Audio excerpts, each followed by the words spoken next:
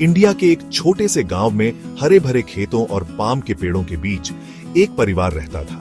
पिता रामू एक किसान था, उनके हाथ कठोर लेकिन उनका मन मजबूत। उनकी पत्नी सीता में भी एक अद्भुत शक्ति थी, उनकी आंखें बड़े आसमान की तरह विशाल।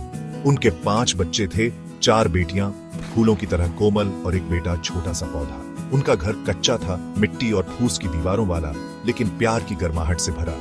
जिंदगी साधारण थी, जमीन देती और वो शुक्र मनाते। दिन लंबे, काम कठिन, पर दिल खुश। एक साथ रहकर उन्हें सुख मिलता और प्यार में उन्हें असली धन। रामू सूरज निकलने से पहले उठ जाते, उनकी परछाई सुबह की तरह नई। जमीन उनकी किताब, मौसम उनकी कहानी। वो खेतों में काम करते, पसीना बहाते, उनका हौसला बुलंद। सीता उनकी साथी, उनके साथ काम करती, उनके हाथ फुर्तीले, चाल में नजाकत। उनकी बेटियां छोटी छोटी मददगार, लकड़ी और पानी लाती, उनकी हंसी खेतों में गूंजती।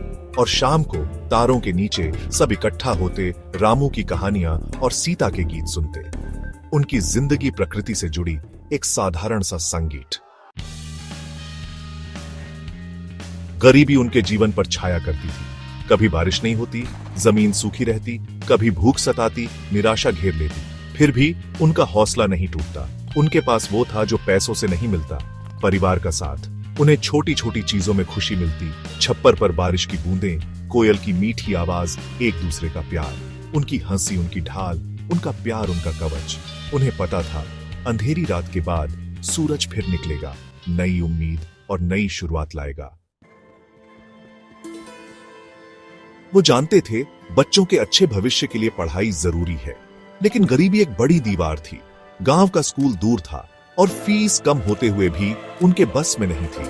फिर भी रामू और सीता ने हार नहीं मानी। वो हर एक रुपया बचाते, अपनी जरूरतें बच्चों के लिए कुर्बान करते। उन्होंने गांव के बड़ों से मदद मांगी, जो उनकी परेशानी देखकर मदद के लिए आगे आए। और धीरे धीरे उन्होंने बच्चों के लिए उम्मीद का एक नया रास्ता बनाना शुरू किया। उनका सफर मुश्किल था, रास्ते में चुनौतियां थीं, फिर भी वो डटे रहे। उनका दिल दृढ़ निश्चय से भरा था, क्योंकि वो जानते थे प्यार और मेहनत से पाला गया छोटा सा बीज भी एक दिन बड़ा पेड़ बन सकता है।